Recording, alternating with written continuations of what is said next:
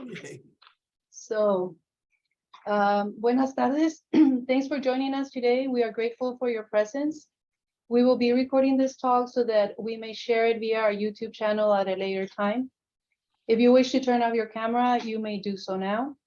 I am Dr. Gabriela Ventura, Associate Professor in the Department of Hispanic Studies, Executive Editor at Arte Público Press, and Co-Director of the US Latino Digital Humanities Center, #USLDH at the University of Houston. On behalf of Arte Público, Recovering the US Hispanic Literary Heritage, and USLDH, we welcome you to this talk. As many of you know, APP and Recovery, two important forces in the field of US Latino studies, were founded and directed by Dr. Nicolás Canelos. His vision to establish the nonprofit press and the historical archival program stemmed from a social justice need to document the legacy of Latina, Latino, Latinx culture, language, and literature in the United States. To date, APP has published over 650 books, fiction, nonfiction, including YA and children's literature, and Recovery has located over 1,400 newspapers and digitized thousands of records that document the presence of Latinx people in the land that we now know as the United States. The social justice need continues to this day as we fight against the erasure of our bodies and language on a daily basis. Therefore, the need to create a center that could use these resources for digital scholarship was and is imminent. My colleague, Dr. Carolina Villarroel, Brown Foundation Director of Research at Recovery, and I began the US Latino Digital Humanities Center 6 years ago with support from the Mellon Foundation. And we are happy to report that we have made important strides in this field. We have grown our team to include Dr. Lorena Gathero and our former postdoc, Dr. Linda Garcia Merchant. Together, we organize talks and workshops on DH and social justice, present at conferences across the US, train and mentor students and faculty at all academic levels, as well as community members on US Latino DH praxis. We create digital projects and data sets. To date, we have awarded 16 grants in aid for US Latinx digital humanities projects, provided training, and this has certainly and happily solidified our USLDH mission to continue working and supporting the research on US Latino written legacy. I was asking Jeff about Adobe Photoshop. So. I invite you to visit our website, artepublicopress.com, for more information, to follow us on social media, and to please use the hashtag USLDH to live tweet our lectures, to tweet about US Latino and Latina DH, because we continue to gather information on experts and new DH scholars for our data and to share with our communities. Before I introduce our presenters, I would like to go over the logistics for our Q&A. We invite you to use the chat to ask questions after each of the presenters speak. At the end of the presentations, you will be invited to ask your question by unmuting yourselves if you wish to do so, but you can also request that we read the question for you, and that should be fine. Each team will speak, or each project will have the opportunity to speak on their project for about approximately 10 minutes. And then we'll have the Q&A at the end. We will follow the order that was advertised. And so the first presenter today is a team composed of David Font-Navarrete and Martin Tsang. The title of their project is Beyond the Archive, the Cabrera-Tarafa collection of Afro-Cuban music circa 1956. So I'll let them take it away.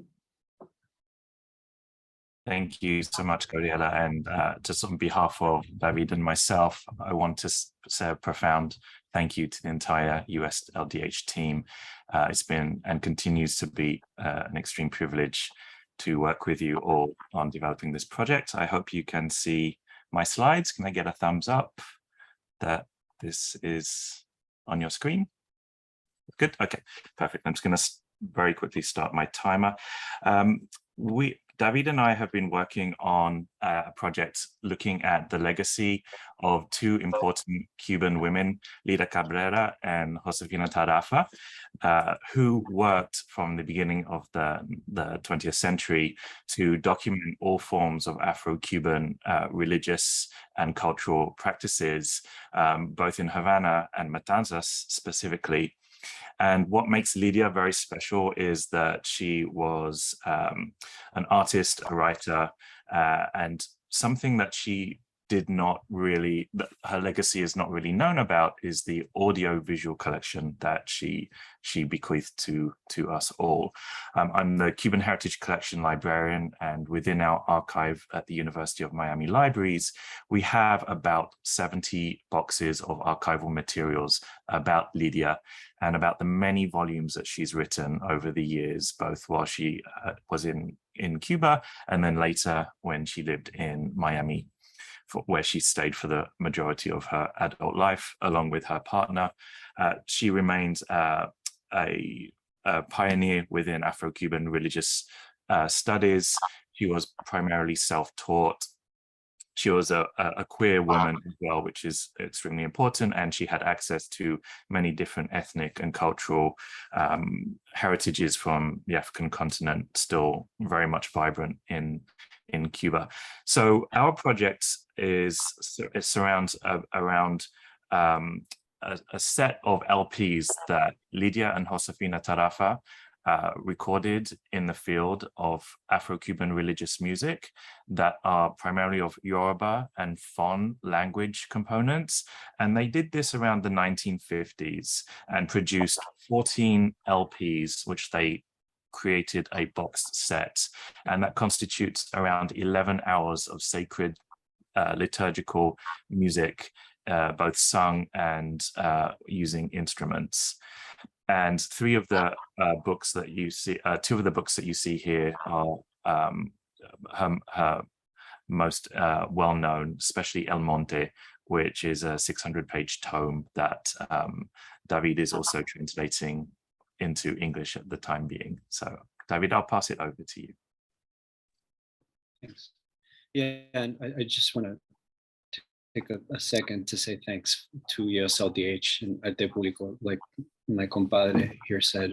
It's been really beautiful as an opportunity to do this work. Like we all just want an excuse to do this sort of work, I think, and we didn't just get the excuse, we got this really precious resources. So I want to say thanks to the whole team.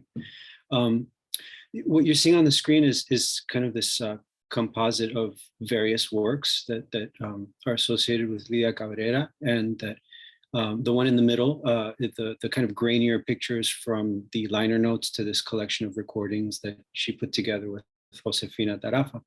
Martin, can we go to the next picture? I think it's Josefina as well. Yeah, so here they are at work, kind of going out to make these recordings. It's, in the old timey car and everything, but the recordings, like Martin said, are more than 11 hours worth, and they're all unique. Historically, it's the biggest, oldest set of sacred music in Afro-Cuban traditions that we have. And the technology was not a small matter at the time. Taking a tape recorder to do these projects was a big deal, and that's where Josefina Tarafa came in to essentially collaborate with Cabrera. She made the recordings, she had the recording gear, and she had connections as well in the communities. But she was also a photographer. A lot of the photos that we associate with Lydia Cabrera's work are by Josefina Tarafa here on the right. Can we move to the next? Thanks, Marty. So this is the best quality reproduction I had of these liner notes to the recordings. It's 20 pages worth, but this is what they look like. And next slide. This is what we finally got a better scan of from our collaborators at the Ethnographic Museum in Geneva, who have an original box set with the liner notes.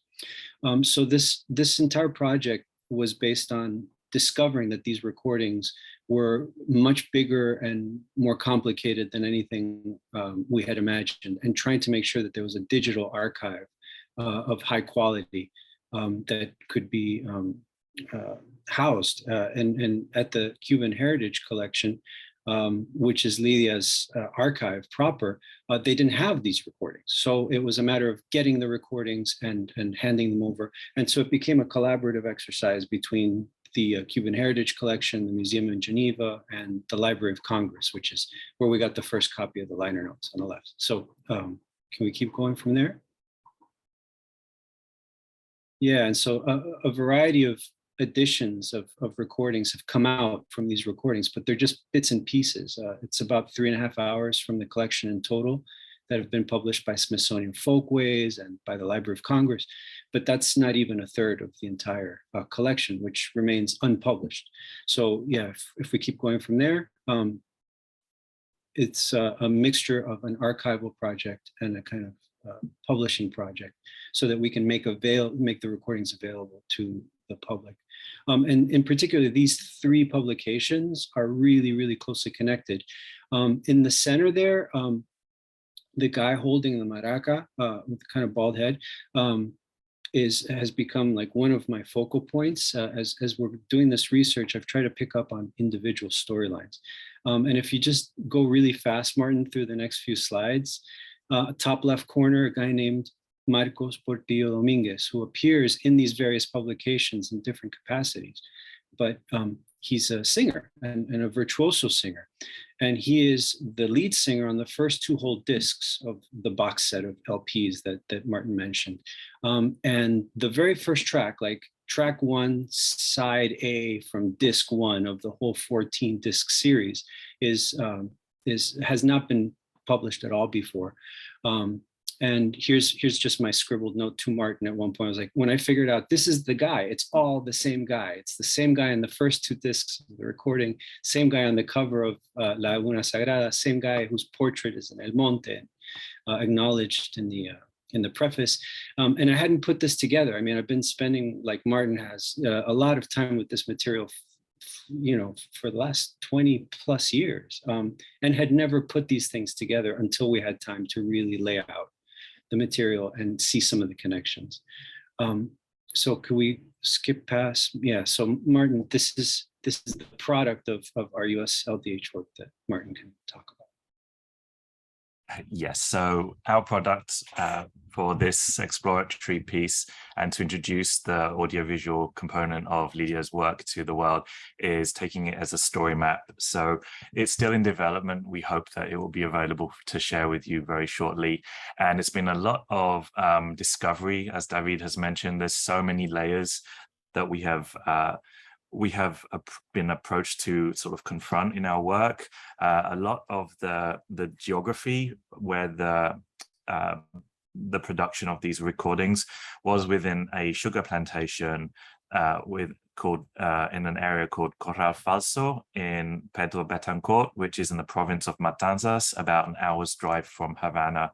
And what makes this more complicated is that the people of African and enslaved descent that were working within the sugar plantation, the plantation was owned by Tarafa's family. So there's that dimension also to explore within, and not to ignore within the work as well, right? So what are the power dynamics there? But our story map introduces the collection, it introduces both women, it introduces the music through examples, translations, and transliteration of the music, so people can discover that, as well as a multi-layered map of Pedro Betancourt, Matanzas, Havana, and also Miami as well. So these are just some screenshots of the story map as it unfolds, and it's been a collaborative process between David and I, the archive, and sort of discovering all of these really hidden gems. Over to you, David. Yeah, so one of the hidden gems that is archived where Martin works at the Cuban Heritage Collection in Miami is these color slides that Josefina Tarafa made. All the way on the left, with her back to the camera in the white shirt, is Lydia Cabrera observing a ritual in Matanzas, the place where they made these recordings. And in the white shirt, kind of leaning over, to the right of her is Marcos Portillo Dominguez, the same guy that I was pointing out in the cover and in the portrait, and who's the lead singer on a lot of these recordings. So I didn't know this thing existed. Martin, I don't think, knew that this was there. There's just more there, and it connects directly to the recordings. So a lot of this process has been a matter of finding all the other media materials that are connected fairly directly to this huge collection of recordings, and connections between the people who produced them, who performed on them, and so forth. In the last slide, I think, yeah. So this is where the research has, I think, thankfully taken us, is trying to reconnect the historical recordings to the contemporary ritual and musical scene. And this is an excerpt from an interview with a contemporary ritual expert from the same area who listened to a couple of these discs with me. And this is part of his response.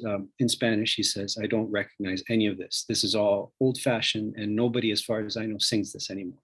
So there is this kind of literal recovery of the musical repertoire that this project is, like Martin said, I think, exploring, but also trying to make a little more problematic than it might have been otherwise.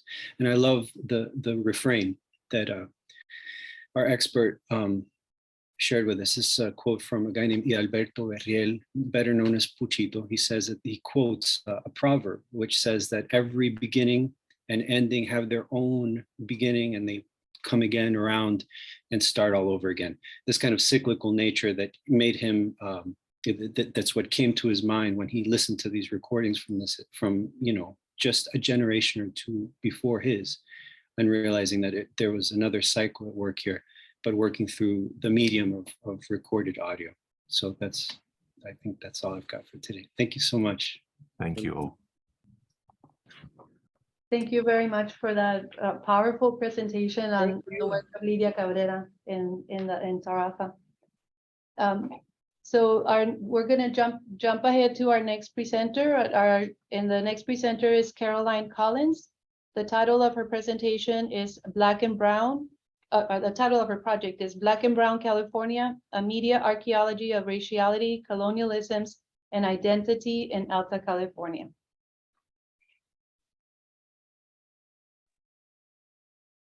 Thank you so much. Can everyone hear me and see my slide?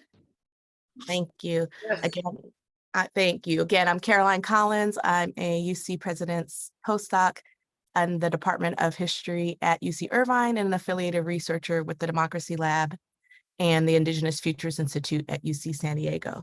And it's really a pleasure to be joining y'all from unceded occupied Kumeyaay lands in Chula Vista, which is in South San Diego County. So this quick presentation is going to first walk through some context to my in-development digital history project before quickly sharing the first beta product of the project, a story map that maps some archival materials. So this project seeks to highlight histories and lived experiences of people of African descent in pre-US California and its significant history. Both Black Africans, both enslaved and free, have been in what's now US California since the 18th century and in Spanish Mexico since the 16th. They often bore Iberian names and surnames, and some Black crewmen served as laborers and interpreters and commercial liaisons. Some were soldiers and sailors and active conquistadors, or as historian Matthew Riestall phrased it, from the very onset of Spanish activity in the Americas, Africans were present both as voluntary expeditionaries and as involuntary colonists. And in fact, they made up a significant number of two major settlement parties that traveled overland from southern Mexico to Alta, California in the 1770s. So at the same time that Anglo settlers were composing a nation on the eastern seaboard, there were these individuals of African descent playing major roles in the settlement of Alta California for New Spain. For example, half of the pobladores, or original settlers of colonial Los Angeles, were of African descent, and a few were of full Black ancestry. And when you look at the social and historical conditions of the time, these demographics are actually unsurprising. So while many Hispanicized Africans did gain land and increase stature, at times freedom in return for their service to Spanish colonies. New Spain's Sistema de Castas, especially in the 15th and 16th centuries, it still regulated their daily lives in all kinds of ways in terms of social, cultural constraints, employment, distribution of wealth and resources, and even dress. So in many ways, the northern frontier represented opportunity for a lot of these folks. And when settlers of more European descent who had more social and economic and political capital in southern Mexico, when they decided not to join these settlement parties and what they considered, the far-flung territory of Alta California, many settlers of African descent then did express interest and join a lot of these early parties and expeditions. Many were soldiers and ended up in some early garrisons, but some were even Black women and children. There's a story of a widow, a mulata libre, a free Black woman named Maria Arballo, who, when she was 25 years old, she convinced Juan Bautista de Anza to allow her and her two daughters, one who was only 4 and one who was 1 month old, to travel with the expedition to Alta California. And so in doing so, these early settlers of African descent helped establish settlements that became Los Angeles and San Diego and Monterey and San Jose and Santa Barbara. And by 1790, nearly 1 in 5 California residents was Afro-Latina, Latino. And this legacy of these racial frameworks was seen in the presence of the Californio oligarchy of Mexican California, most of whom were of mixed Indigenous and or African descent, and also Black Mexicans who lived in pre-US California who were Mexican by naturalization. So for example, this is Pio Pico, the last governor of Alta California, and his grandmother was actually that 25-year-old widow, Maria Arballo, and his mother, Maria Estiquia, was that 1-month-old baby girl who was on that trek. But this narrative of a long Black presence in California has largely gone undertold in official state histories and even in popular culture. Instead, Anglo-Californians are often positioned as the state's legitimate and at times even natural heirs, especially in the ways that the Spanish fantasy heritage has been collapsed onto whiteness in the state. Also, Black Californians, when they're discussed at all, are generally positioned as these relative newcomers who arrived in mass during the Great Migration and primarily to urban centers, despite all kinds of 19th century migration during the gold rush and other periods of time. And Black people and Latinos in the state are often presented as folks with these distinct, disconnected histories, as opposed to people who in many ways share a history of connection, at times fusions.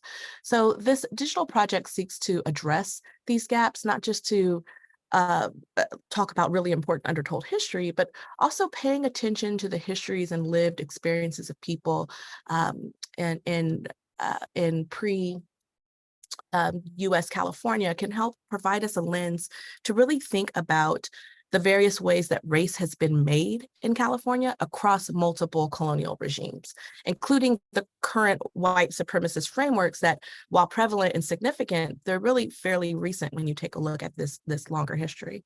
So this project seeks to identify and locate and recover historical primary and derivative documents, or what I've been calling in my writing interstitial evidence, illustrating this long presence of people of African descent. And it seeks to share these critical artifacts through public-facing and digital and accessible scholarship.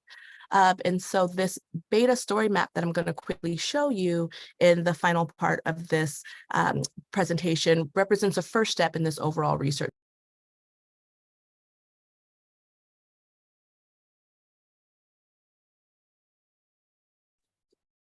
Did I get muted somehow? Okay. So thank you. This beta story map is intended as a public tool for folks, including public historians and just the interested public. And it maps statewide repositories holding pertinent information. And it's not exhaustive. It maps 6 key locations, and later iterations will also invite crowdsourced contributions. And it's my hope that this material will ultimately result in a large-scale digital repository. But before we conclude with that walkthrough, I do first just want to publicly acknowledge and thank all the folks on this slide.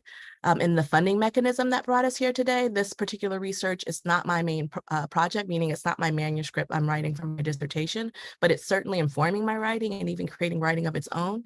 And if it wasn't for this seed funding, I wouldn't have had the time and the support and the resources and the training that I've been able to gain in order to think about this project and really apply it to all other sorts of projects and funding as well. So thank you for the opportunity to do this work. I really appreciate the support.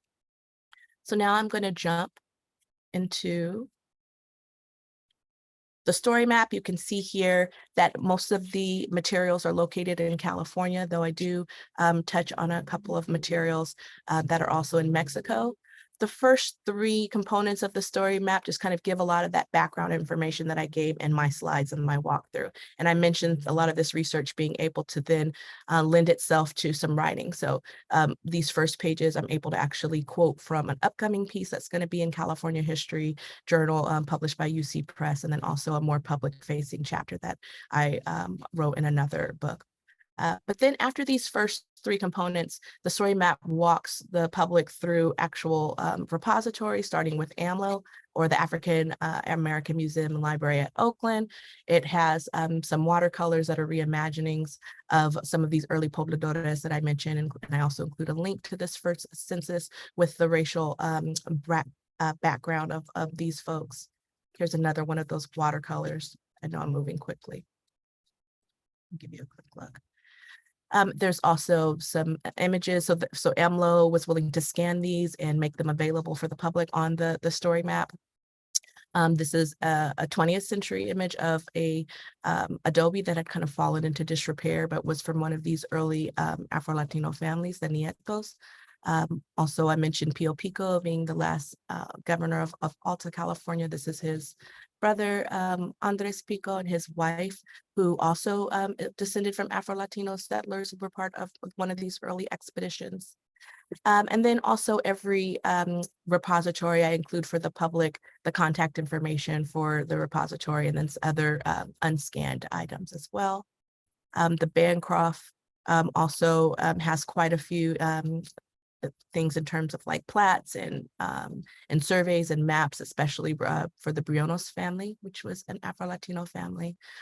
They also hold the Pedro Font diary, and that's the missionary who was on the 75-76 Anza expedition, who actually is where we get the term mulata libre about Pico's grandmother.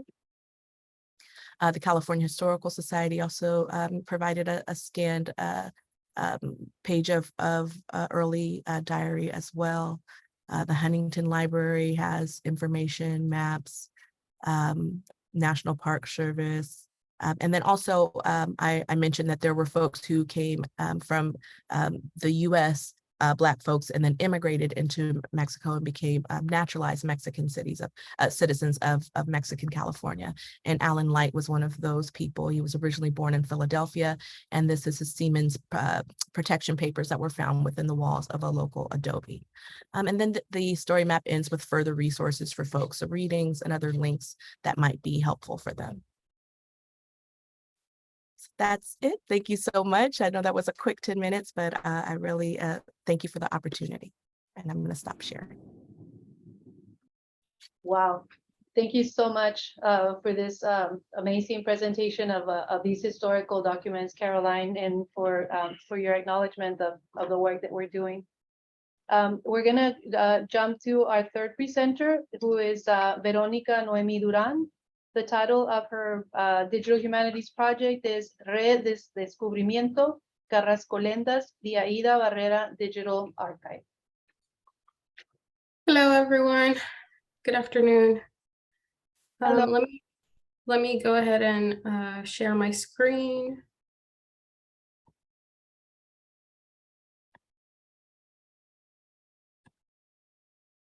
Everybody can see my screen, correct? Okay, thank you.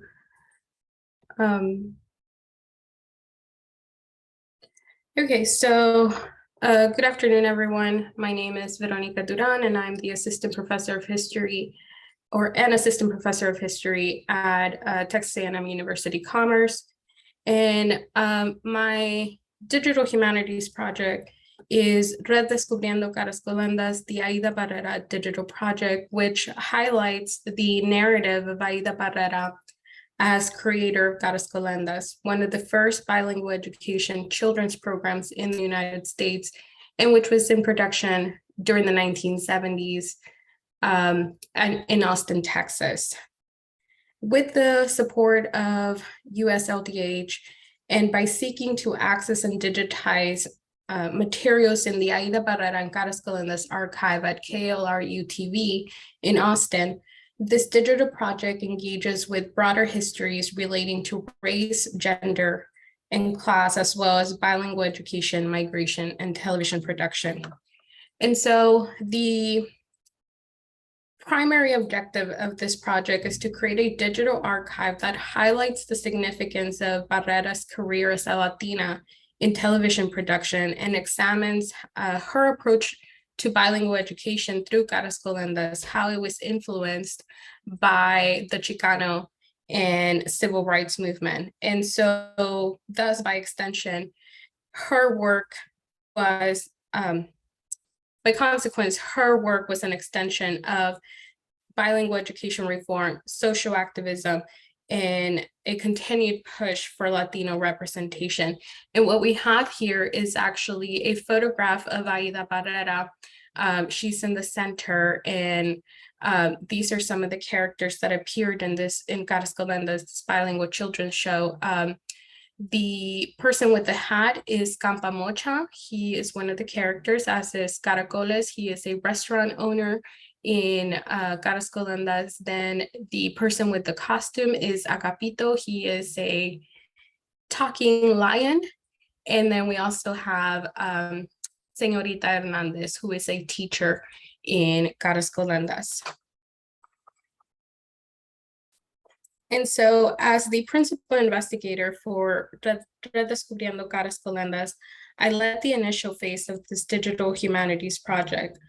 During the summer of 2021, I continued my communication with one of the archivists at KLRU-TV, which is one of the, or is the PBS station in Austin, Texas, and whom I had already been communicating with for over a year.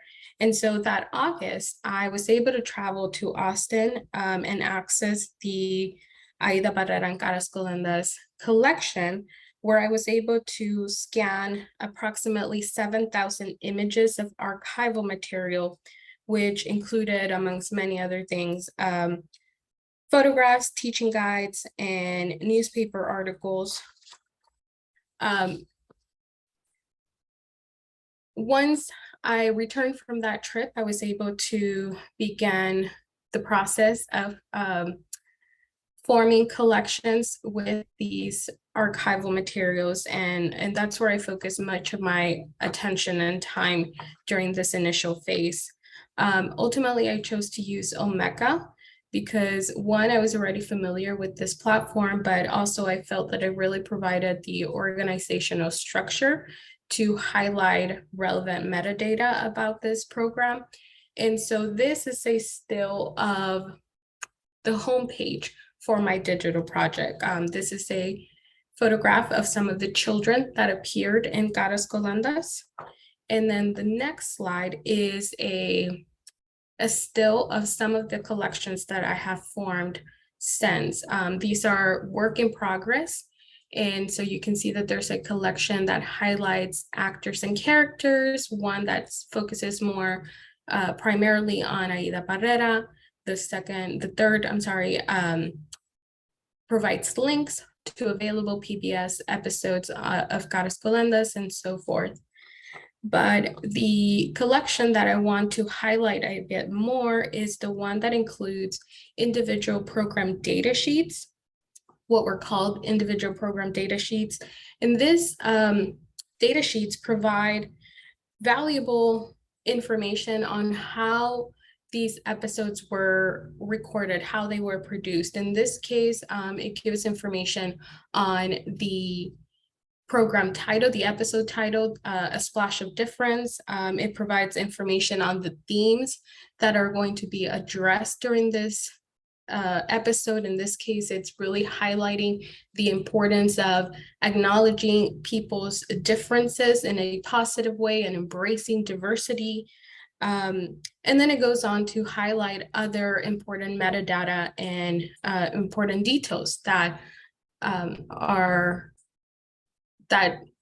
needed for the production of this episode, such as who the cast is going to be, who is the crew involved in its production, and other relevant information. As for Descubriendo Caras Colandas develops further, I have two goals in mind. The first is to include oral histories from Aida Barrera, whom I have established a relationship over the years. And also, it is my hope to include oral histories from former viewers of Caras Colandas.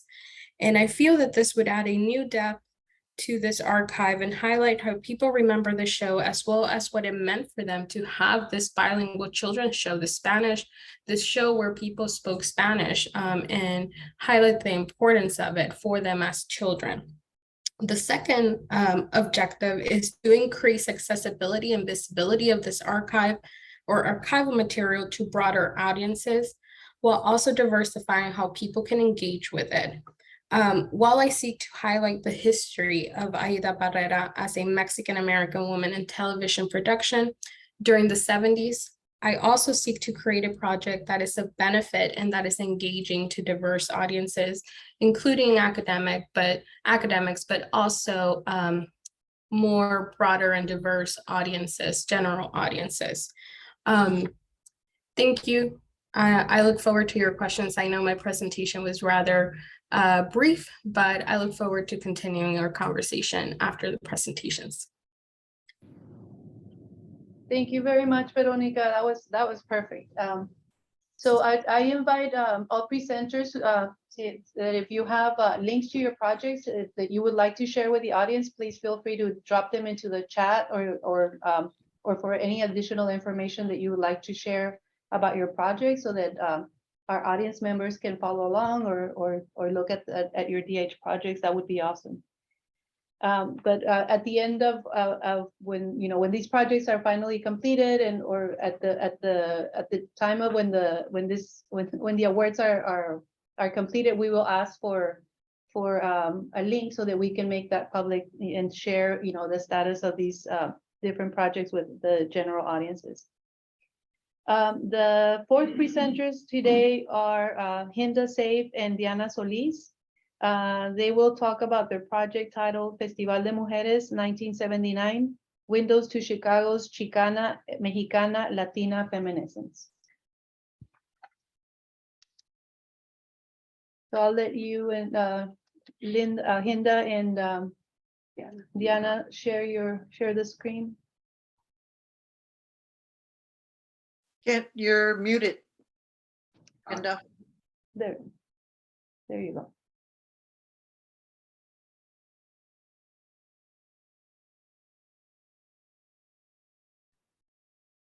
Good afternoon. Thank you everyone for being here. Because of our limited time, I'm going to go ahead and introduce my co-PI on this project, Diana Solis. We're moving this presentation to the Midwest, right, Diana? Yep. Diana is a wonderful artist, photographer, and teaching artist who's zooming in from the Pilsen neighborhood in Chicago today. Take it away, Diana. Well, I want to start by, first of all, thanking everyone on the team, Gabriela, Lorena, Linda, everyone here who at USLDH who helped us to begin this endeavor and this beginning research project, which in fact, as we will see, this project has the capacity to move beyond what Hinda and I were able to do in the short amount of time within this year. I want to start by talking about the festival and the importance of the festival. So the festival, 1979, Festival de Mujeres, was first of all born out of the necessity to address immigrant issues that affect Mexicanas and Chicanas women who grew up in the neighborhood, in the Pilsen community, but more broadly, the issues faced by Latinas and women in general. The festival took place in the Pilsen neighborhood on June 30th, 1979, on the block of 17th Street, where the organization was housed, which is Mujeres Latinas en Acción. It was the first and only Latino-run festival in the neighborhood. The basic tenet of the festival was in celebration of what we as women have done, are doing, and can do. So the festival I want to say the festival was probably the first Latina feminist festival, radical festival organized by Latinas, along with other women allies, women from other communities, Latino communities, including women from organizations that were non-Latinas. And it brought together, it put together a space, a physical space, and brought together a place where women would be able to interact, receive information on many different subjects, including health issues, arts and performing arts, community organizing, grassroots organizing. The festival was comprised of many different organizations from the community, and including organizations such as Chicago Women's Health Center and others who were instrumental in promoting and talking about women's health in general, and also the book Our Bodies, Ourselves at that time, which was then translated into Spanish, and Mujeres Latinas en Acción carried that book and used it as part of their health education series. Mujeres Latinas en Acción was an organization that was created in 1973 by a small group of women who had worked in another neighborhood organization called Centro La Causa. And during this time in the early 70s and throughout 1979, it was a time when the community were gathering forces and organizing in terms of housing and social justice issues, and including the Chicano movement, young students who were involved in the Chicano movement in the Midwest, many who looked towards the Chicano movement in the Southwest, including myself as being one of those young students at the time. And myself is also one of the people who were, one of the women who were co-organizer of the Festival de Mujeres.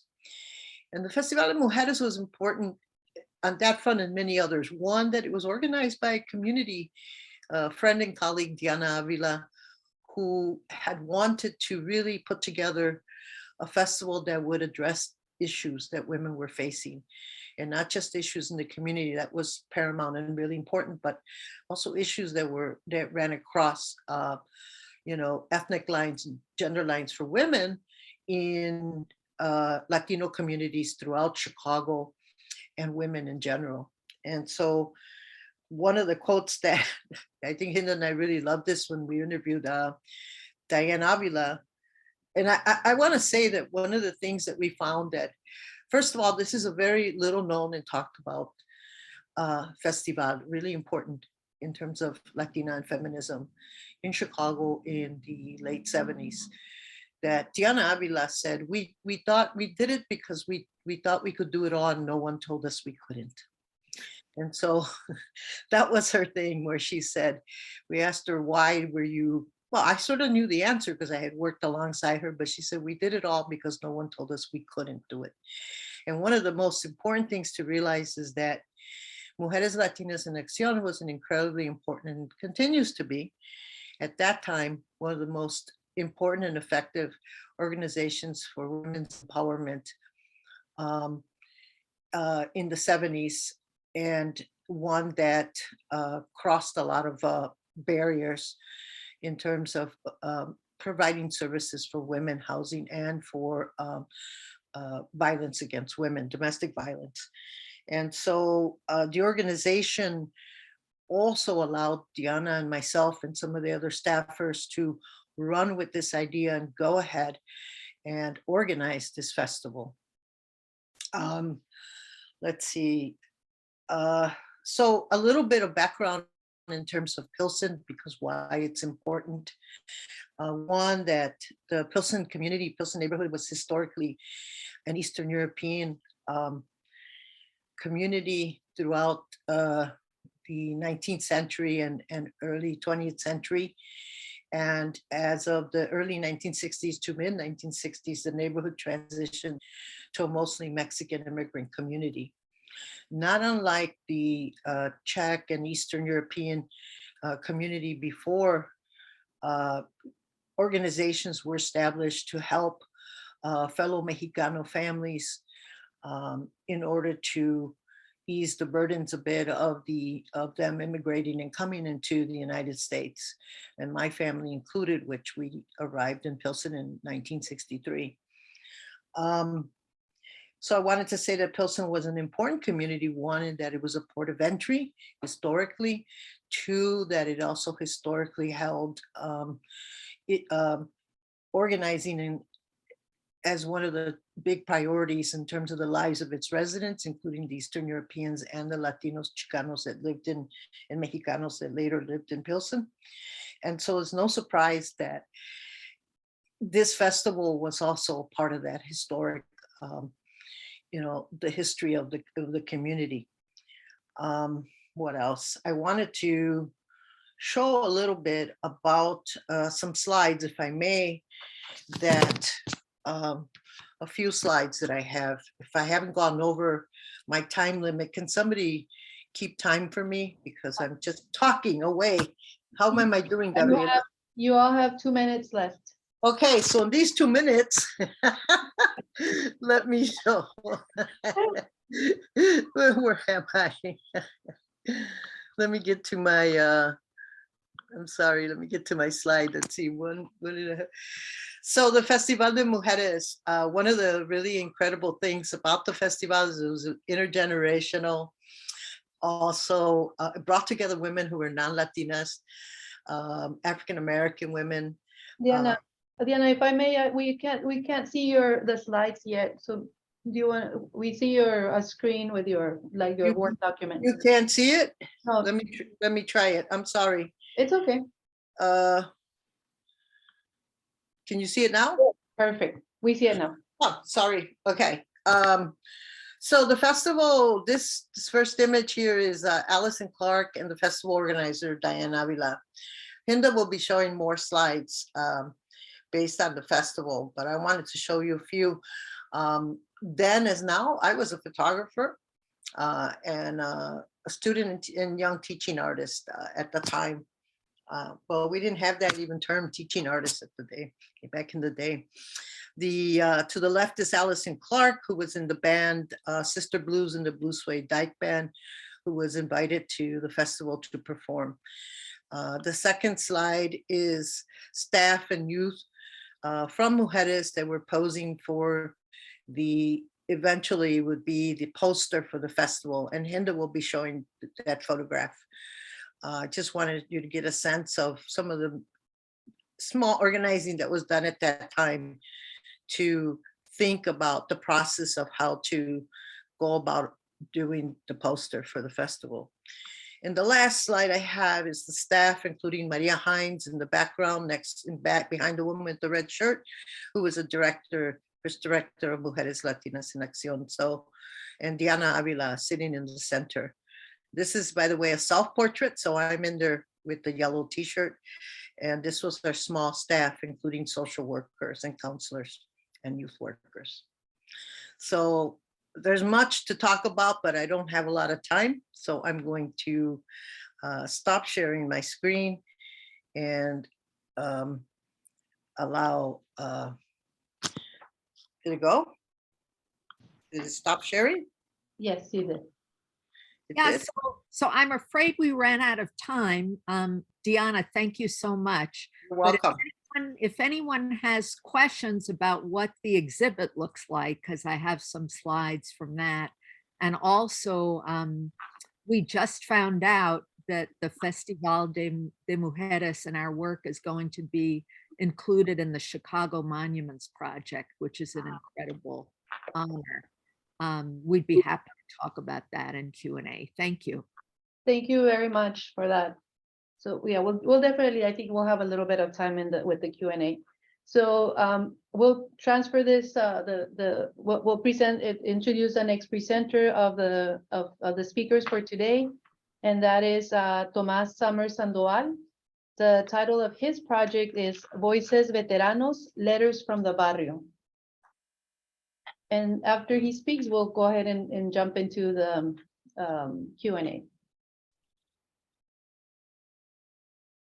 One second while I share my screen. Sure, no problem. Okay. Thank you very much. I'd like everyone else to want to begin by just thanking all of you in the USLDH team. Not only was this, I mean, such a learning experience for me, I learned so much over the course of this year and change, but it completely made all the work that I'm about to talk about possible. And so all gratitude and continued gratitude for the work you do. I want to begin. With a story, a personal one, because for as long as I can remember anything, I can remember a photo album that occupied an important place in our home. I remember its green faux leather cover, the black construction paper pages you see here, filled with square photos, some of them framed by white trim. They were photos of my 20-year-old father in his army uniform, of him with his parents, with his tias and tios, primos, photos of him with his 3 brothers, the oldest of which was recently returned from his own tour in Vietnam, and photos of him with my 20-year-old mother and her family.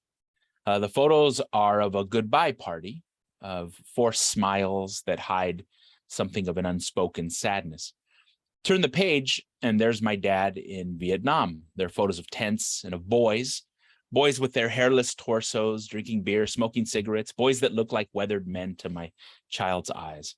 There are photos of weapons, helmets, helicopters, soldiers, but none of them seem to be photos of war. There are no photos of death or injury, none that even really suggest the existence of a country or people living through the indiscriminate terror of modern combat. Over time in my mind, and I don't have that photo here, sorry, one photo of a scorpion next to a Budweiser can for scale evolved as something of a stand-in for all the gaps and the absences that I over time recognize existed in this album. And for more than 280,000 Latinos who served in the US military during the Vietnam War era, these kinds of stories exist in varied levels and forms inside of their families. Of those 280,000, 170,000 of those, better than 60% of all the Latinos in the US military at the time, served in the Southeast Asia campaigns as part of the protracted wars in Vietnam, Cambodia, and Laos that the US involved itself in and created. While only 10% of the entire male baby boom population ever served in the war, the share of Latino Vietnam veterans represents more than 18% of the male cohort of Latino baby boomers, nearly 1 out of every 5 draft age Latino males. And the scope of involvement in this war is kind of at the heart of the project I've been doing writ large for over a decade now. Trying to understand the war in context of these individual lives, the young men who went off to go participate in it as those combatants over there, but also as returning vets over here. But also to better understand this war and larger, the communities, the families and loved ones of those who served and vis-a-vis this war. And this frames my larger work. Mostly it's been a project of oral histories, which is one of obviously the recognized ways to retrieve historical voices, records, meaning making of Latinas themselves that can fill those gaps and those fissures that exist in something like that photo album, that narrative, the gap. But through the help of this project, I've been able to do the same with a written source that remains from that time period. And so my project was about digitizing and preserving letters written to and by Latino soldiers while they served in the US wars in Southeast Asia. And The goal of the project is to, I kind of see it as something of a three-part. One is to, encounter people who have these kinds of informal archives that live in their closets, live in their homes, that are ones that do not get preserved when people expire, right? The kinds that often are the most precious because they're the most in a sense living and deconstructing, and so to acquire those and to rely on the generosity of people who are willing to share those, to digitize them in order to preserve them for the future, and then also to create an archive that can be used for the research, not only for my own specific research questions, but for others that I can anticipate. This is what the generosity and guidance of this project allowed. During the grant period, we scanned 603 letters for a total of 2,093 pages. Just in the post-grant period for the rest of this summer, we scanned an additional 361 letters for an additional 2,008 pages. And so the totals right now are a digital archive of 964 letters and 4,000 pages.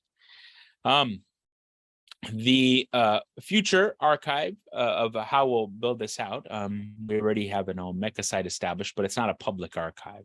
The scans are all high quality TIFF files. We've completed already initial phase of metadata, the date of the letter, the sender, the recipient, that kind of information.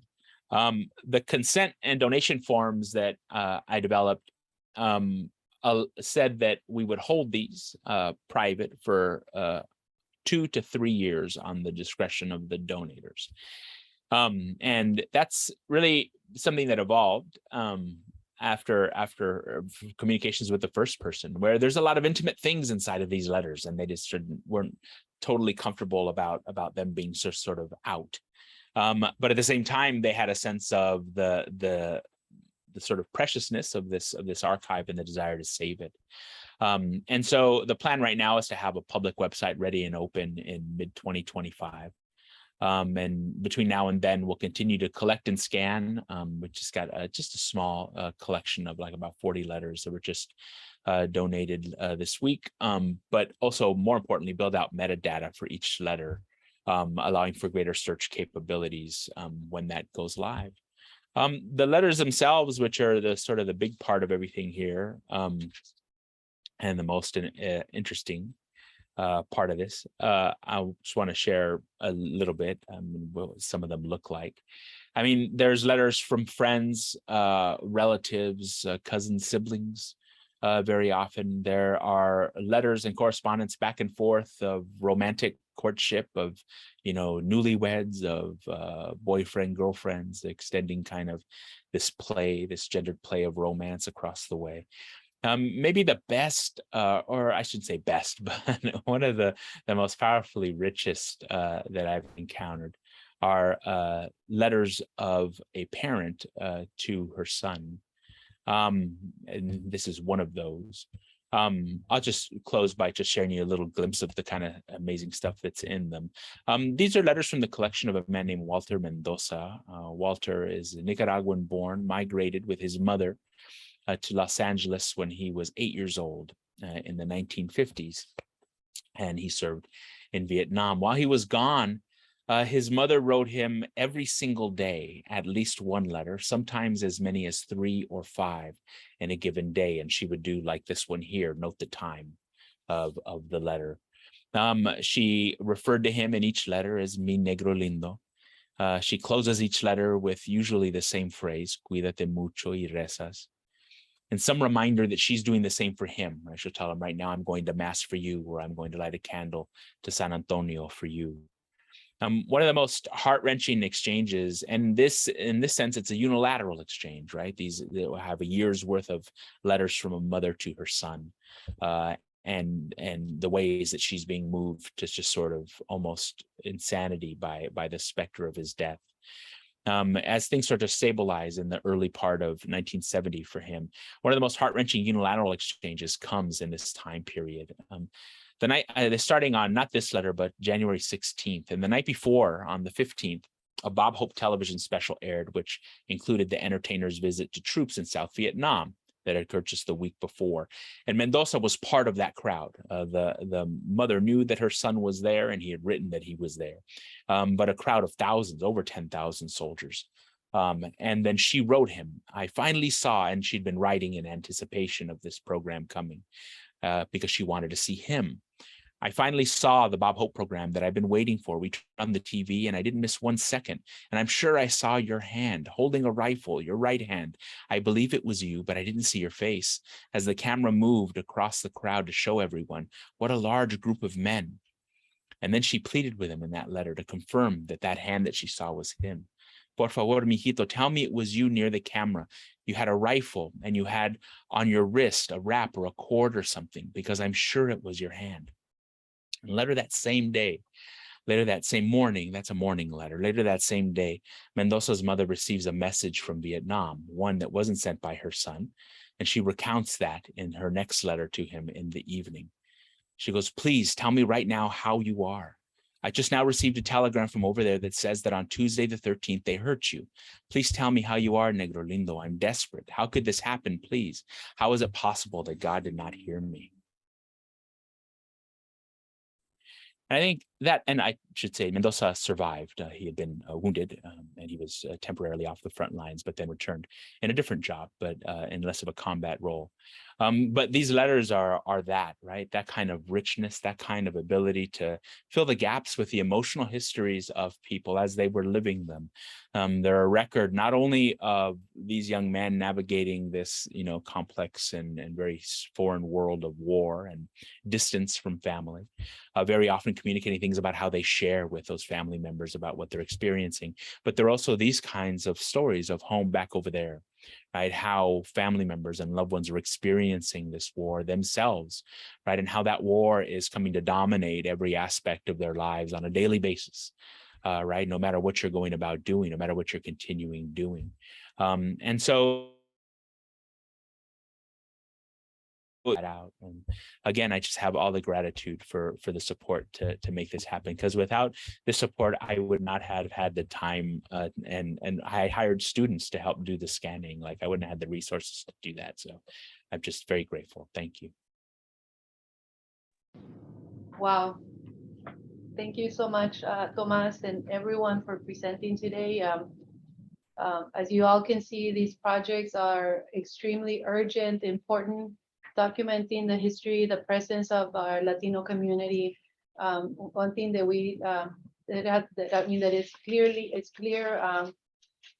languages other than English are incorporated in many of these projects, and to us that's doing social justice to the communities that are a lot of times not visibilized in the research that is produced within the US. So that's one of our goals for centering and for fundraising to give these grants and aid. So we'll open the floor now to questions from the audience. Please feel free to unmute yourself and ask the question. We have approximately 20 minutes for Q&A. So please, if there are any questions, please go ahead and unmute yourselves and ask.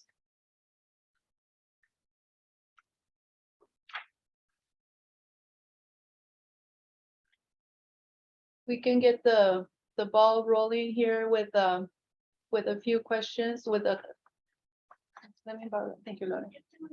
Oh yeah, go ahead. Yes. ¿Me puedes decir en español? Sí, claro. Es una pregunta para Diana Solís. Es que me interesa saber si el Festival de Mujeres estuvo relacionado, ya fuera en paralelo, como complemento, quizá incluso un poco pues no quiero decir en contra, pero como un poquito así para rellenar el hueco que había dejado la conferencia de mujeres de Houston.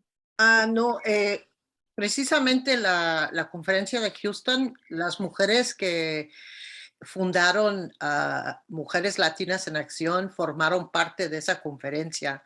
No tuvimos tiempo de hablar sobre esa conexión, pero sí sé que definitivamente muchas de ellas fueron María Hines, Gwen Stern y creo que Luz María Prieto, fueron a esa conferencia. Despuésito de esa conferencia, ellas establecieron la Organización de Mujeres Latinas en Acción. I hope that answers your question. I responded in Spanish. Is that okay with everyone? Since she asked me in Spanish? Yeah, that's totally fine. Could I mention something about that? Sure. So thank you for that question. I actually didn't know the answer to it, so I'm glad to hear that. I did want to mention that just about everything we learned about the festival was from private archives, basement stashes, things that people stored preciously since 1979 that weren't in public archives. Except that there is a film called Festival de Mujeres that's on Media Burn that started our documentation of the festival.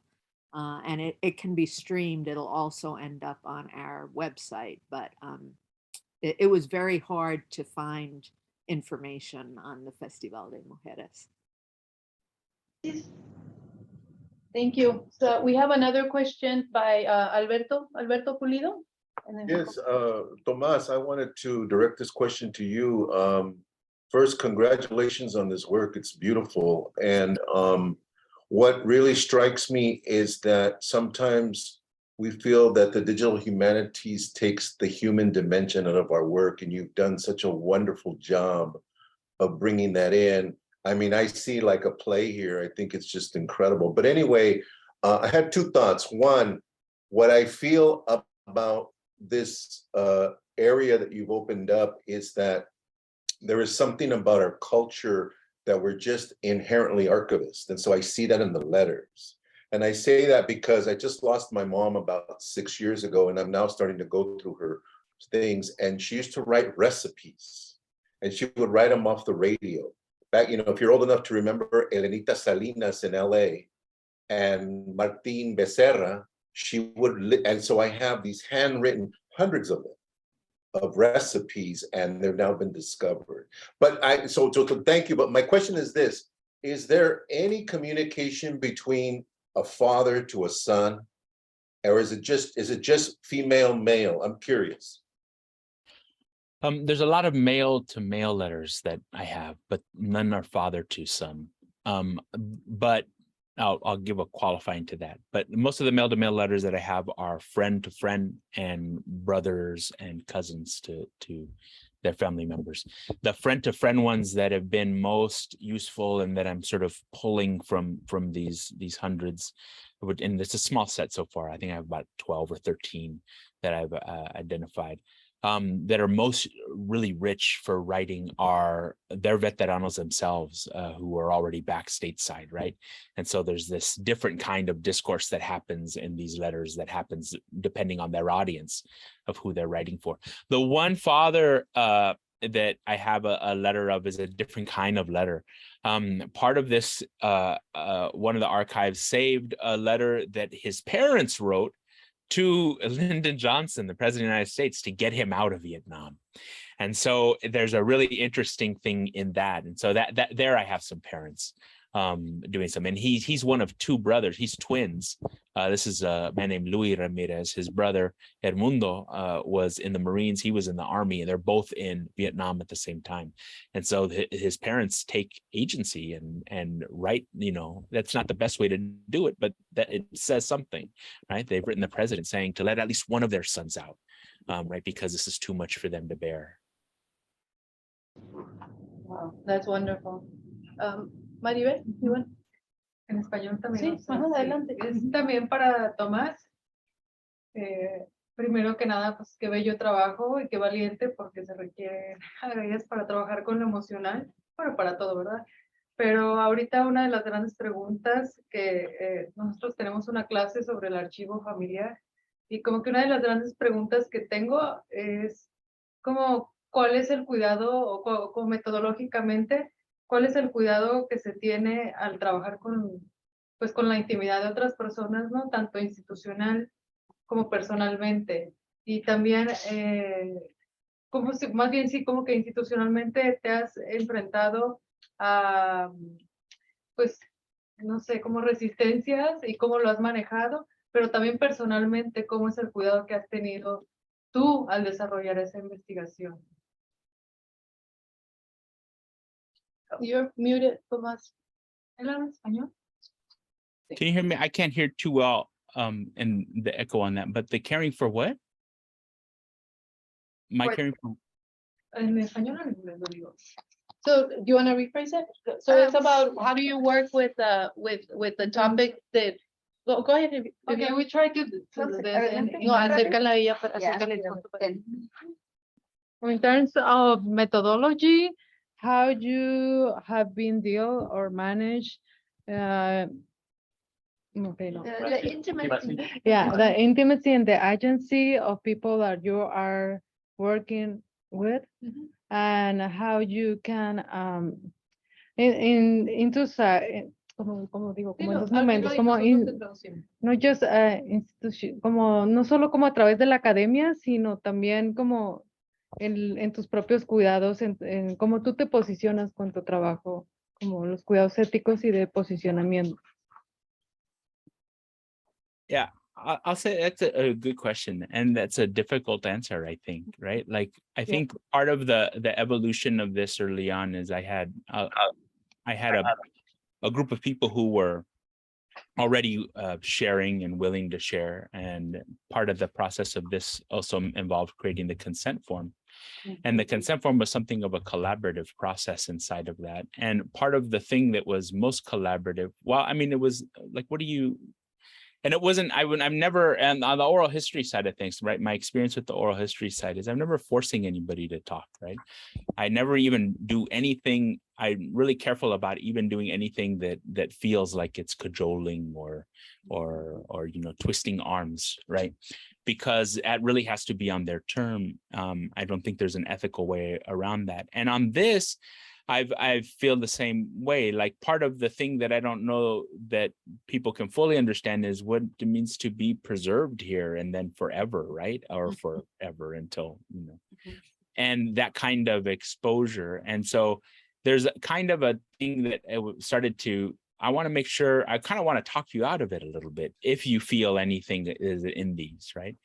And so, and I think there's that's a difficult thing, like, about the people's emotions, of people's intimacies, about people's selves as they're represented here. I think there's always a bias now inside of this kind of collection. If people have that sensibility, that they're also, that you're seeking to, capture, preserve, you're doing your end of that bargain, but they have a sense that they're willing to share that, right?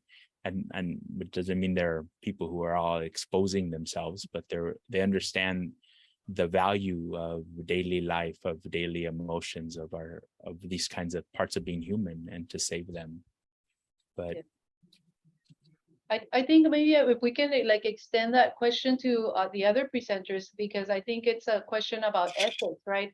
How do you, and I think Alberto also, kind of pointed this out at the beginning, like, how do you make these archives personal, right? And add the personal to the Digital Humanities project, and what are all the ethics involved with this? Maybe you all can talk a little bit about this. I know that when we work in Carolina's here, part of the training that we offer through USLDH is also thinking through, what does it mean to work with US Latinx archives, right? As a person who may not be from that community or from that time period, how do we contextualize, and how do we allow for those archives to speak for them, for themselves? I don't know if you all, maybe I see Martin, shaking his head. Maybe you want to add something, Martin, working with the Lidia Cabrera papers, Veronica, and Caroline, please, if you have something to share about the ethics related to your projects.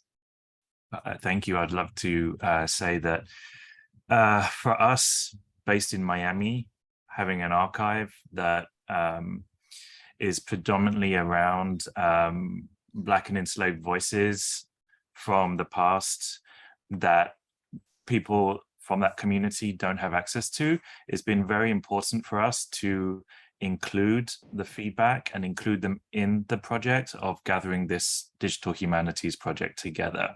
So that means that David especially has been in deep collaboration, in deep listening and sharing of these archives at all stages, so that they can be the fundamental part and the driver behind our understanding and our need to share them on a platform. So we've also committed to allowing these materials, and through thanks to this grant, to be available without charge, and also to lodge copies of these recordings for those without access to the internet, which is still a great number of people, of practitioners and musicians within Cuba and the diaspora, for whom this valuable information and archive is of use, not just to the scholars. So I hope that that helps to answer that question. But that's a really important question to have at the beginning, middle, and end of any project like this.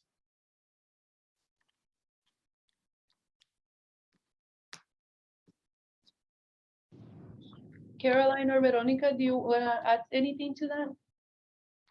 Yeah, I will very quickly just say that the way that I approached that was that I felt my digital project just really, I wanted to share these stories, and I wanted to highlight these stories that I think a lot of people identify with: stories of migration, stories of language, stories of representation. And my digital project is not public yet. I hope to make it public maybe next year. And this is why I want to add those oral histories, because I want these stories to come from the voices of the people that were most influential in producing and consuming caras colandas, viewing caras colandas. So this is why I want these stories to come from the voice of Barrera herself, which would be unmeasurable value to this digital archive, as well as former viewers of the show. This, I think, will allow for a new depth into this archive. So that was one way in which I approached this. And even though I have done some work on already, significant work on the archive, the oral histories are what I hope to accomplish before I make it public. And I'll just quickly add, in terms of ethics and methodology, a lot of that thinking wasn't just about content, because a lot of my materials weren't as much about their interior lives, although I've uncovered some things like letters, et cetera, from Pio Pico, but more in the method of using the story map as a platform. It was really important for me to use the Night Lab open access version. Though I have access to the ArcGIS paid version of Story Map, this was my opportunity to learn the open access format, because I'm hoping now in the future that when I'm doing community-based research and working with community partners, I can take this learning experience and then train them as well and how to use the Night Lab version of Story Map for their own community projects. And that was an important part of my methodology. Yeah, that's really important and valuable. Yes, Hinda? We can't hear you. You're muted. I just wanted to mention, thank you, that something that was really interesting about the Festival de Mujeres was that lesbians were involved, as you heard from Diana, for instance. The band, one of the bands that played was called Sister Blue, and the Blue Suede Dyke Band. So something, as I work with Diana on a book as well, but also for this exhibit, you know, we needed to be careful about not outing people. And so sometimes there was lesbian participation when people weren't out. Sometimes people have never come out. So, you know, what does it mean? What does lesbian participation or queer participation mean when people aren't out or in the process of coming out? And for instance, someone who was at the festival who is now deceased. Very unfortunately, she died very young, but had a major role in Mujeres Latinas en Acción, was a woman named Alicia Amador, who was in the closet at the time of the festival, but then came out. And but because she came out publicly, and also there's a website with her videos talking about being out of the closet, we were able to incorporate that into the exhibit as as lesbian history, Latina lesbian history. So, but I think this is an early example of a public Latina event in Chicago that had out lesbian presence at it. So it's important in that respect as well. Absolutely. Wonderful. Are there any other questions?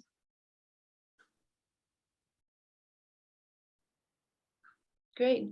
So thank you all for presenting today. We are, grateful to have had the opportunity to have participated with you all in this journey to create these digital humanities projects. We will be sharing any information that you share with us with the public. We invite you all to join us again, tomorrow for the next set of Grants and Aid awards that we gave this year. We are grateful to the Mellon Foundation, especially Patricia Shui, who has been instrumental and fundamental in helping us create this, usher in the new generations of digital scholars and Latino scholars with this specialization in digital humanities. As you can see, we were able to award not only students and faculty, but also community members awards so that they could extend their projects and visibilize communities that wouldn't have been made visible otherwise. I am eternally grateful to my team, Dr. Lorena Gattaro, Dr. Linda Garcia Marchant, my co-director and co-founder, Dr. Carolina Villarroel, who's right over here, and our team of graduate students who continue to support and be the backbone of the recovery program, who work endlessly on documenting and locating the archives. And we're just grateful for all of this, and we thank you for joining us today. We will be sharing this video through our YouTube channel. And again, we invite you to follow us on Twitter, on Facebook, and share any information related to your project. We are very grateful, for this opportunity, and thank you very much. Un aplauso para todos. Thank you very much. Thank you.